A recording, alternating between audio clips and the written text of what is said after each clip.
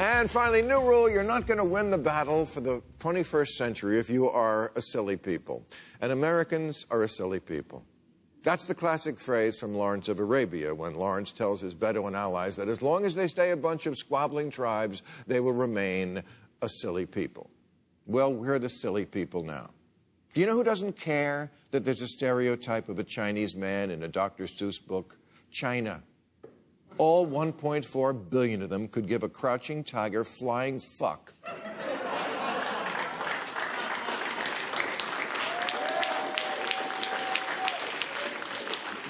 Because they're not a silly people. If anything, they are as serious as a prison fight.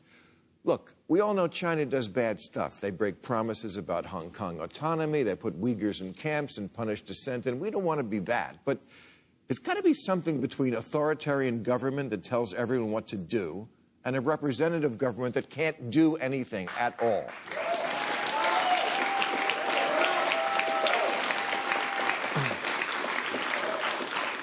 In 2 generations, China has built 500 entire cities from scratch, moved the majority of their huge population from poverty to the middle class, and mostly cornered the market in 5G and pharmaceuticals. Oh, and they bought Africa. Their new Silk Road initiative is the biggest infrastructure project in history, indebting not just that continent, but large parts of Asia, Europe, and the Middle East to the people who built their roads, bridges, and ports. If you want to go anywhere in the world these days, you better have a yen for travel. Yen for travel. Oh, stop it.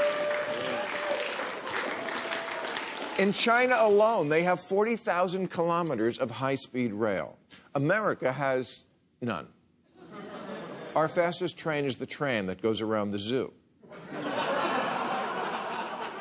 California wanted to build high-speed rail connecting the entire state, but alas, could not.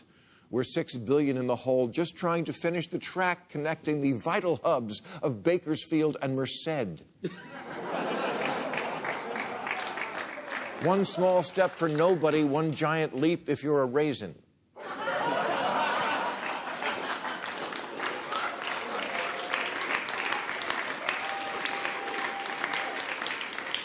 On a national level, we've been having Infrastructure Week every week since 2009, but we never do anything. Half the country is having a never-ending woke competition deciding whether Mr. Potato Head has a dick. And the other half believes we have to stop the lizard people because they're eating babies. We are a silly people, even when we all agree on something, like getting rid of the penny. No. The inertia, the ass covering, the graft, the lawyers, the cowardice. Nothing ever moves in this impacted colon of a country. We see a problem and we ignore it, lie about it, fight about it, endlessly litigate it, sunset clause it, kick it down the road, and then write a bill where a half-assed solution doesn't kick in for 10 years.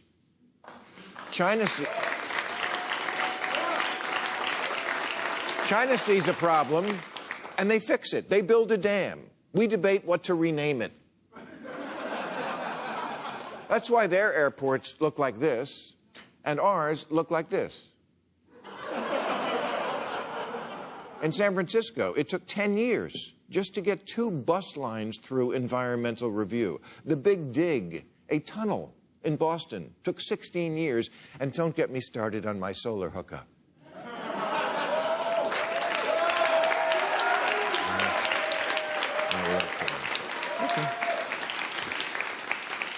China once put up a 57-story skyscraper in 19 days.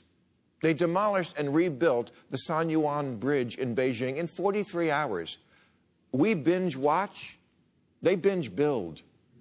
When COVID hit Wuhan, the city built a quarantine center with 4,000 rooms in 10 days, and they barely had to use it because they quickly arrested the spread of the disease. They were back to throwing raves in swimming pools. Well, we were stuck at home surfing the dark web for black market Charmin.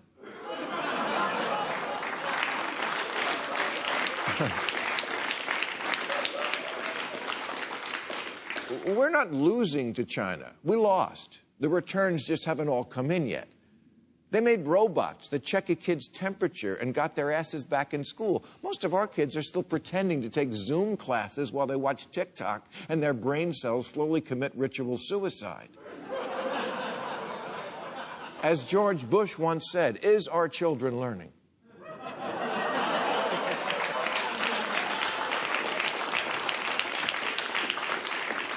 There's a progressive trend now to sacrifice merit for equity. Colleges are chucking the SAT and ACT test, and in New York, Mayor de Blasio announced merit would no longer decide who gets into the schools for advanced learners, but rather a lottery system. You think China's doing that, letting political correctness get in the way of nurturing their best and brightest? You think Chinese colleges are offering courses in the philosophy of Star Trek, the sociology of Seinfeld, and surviving the coming zombie apocalypse?